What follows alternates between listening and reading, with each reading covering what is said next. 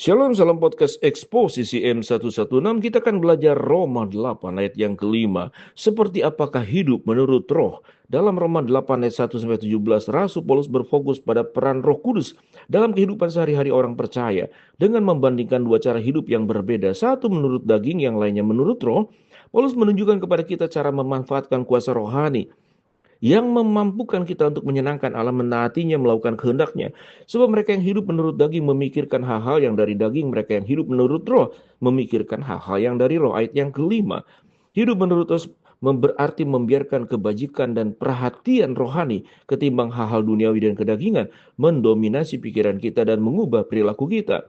Frasa mengatur pikiran mereka berasal dari kata kerja Yunani pronosin, yang berarti berpikir, mengarahkan atau mengatur pikiran dengan cara tertentu. Kita mengarahkan pikiran kita pada hal rohani. Ketika kita mengarahkan untuk memprioritaskan nilai-nilai rohani, kita berusaha menyelaraskan pikiran dan tindakan kita dengan keinginan dan tujuan Roh Kudus. Paulus memberikan instruksi kepada jemaat di Filipi. Pikirkanlah semua yang benar, semua yang mulia, semua yang adil, semua yang suci, semua yang manis, semua yang sedap didengar, semua yang disebut dengan kebajikan dan patut dipuji. Dan segala yang telah kamu pelajari, yang telah kamu terima daripadaku, dan segala yang telah kamu dengar daripadaku, yang telah kamu lihat daripadaku, semuanya itu harus kamu lakukan, maka Allah sumber damai sejahtera akan menyertai kamu. Filipi 4 ayat 8 sampai ke 9. Hal-hal rohani yang mencakup kebajikan, kasih, sukacita, damai sejahtera, kesabaran, kemurahan, kebaikan, kesetiaan, kelemah lembutan, penguasaan diri. Galatia 5 ayat 22 sampai 23. Kita memusatkan pikiran kita pada hal-hal roh, hidup menurut roh ketika kita mengarahkan pikiran kita untuk mengasihi sesama. Yohanes 13 ayat 34 sampai 35. Berbuat baik kepada orang lain. Galatia 6 ayat ke-10. 1 Timotius 6 ayat ke-18. Melayani dengan setia. Matius 25 ayat 23.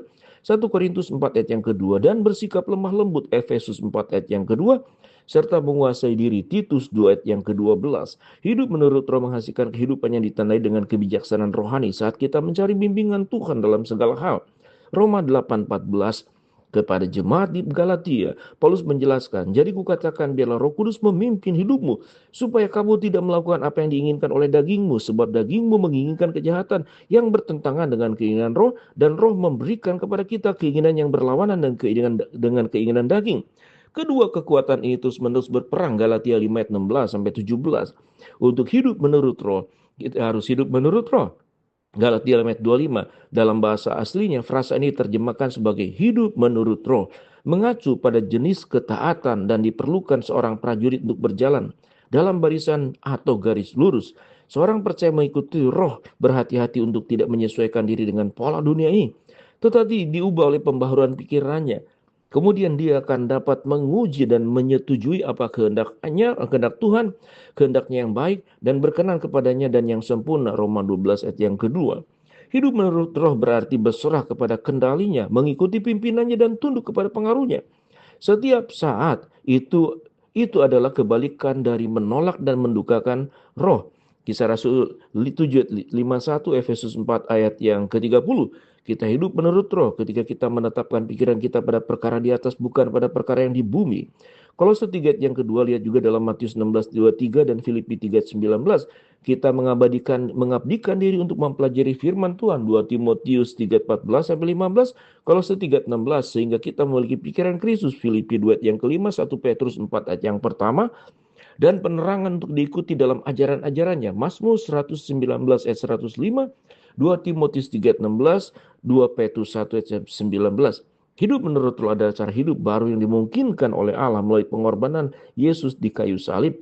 2 Korintus 5 ayat 17, Roma 6 ayat yang keempat. Kehidupan lama kita yang penuh dengan dosa telah berlalu. Kita tidak lagi hidup dalam perbudakan dan keinginan-keinginan sensual kita atau sebagai budak dengan aturan-aturan ritual-ritual keagamaan. Roma 2 ayat 29, 7 ayat 6, 8 ayat 2, 2 Korintus 3 ayat ke-6, 1 Tesalonika 4 ayat 7 sampai ke-8. Sekarang kita hidup sebagai anak-anak rohani Allah. Galatia 4 ayat yang ke-6. Yang diubahkan setiap hari oleh rohnya menjadi serupa dengan gambar Kristus. 2 Korintus 3 ayat yang ke-18.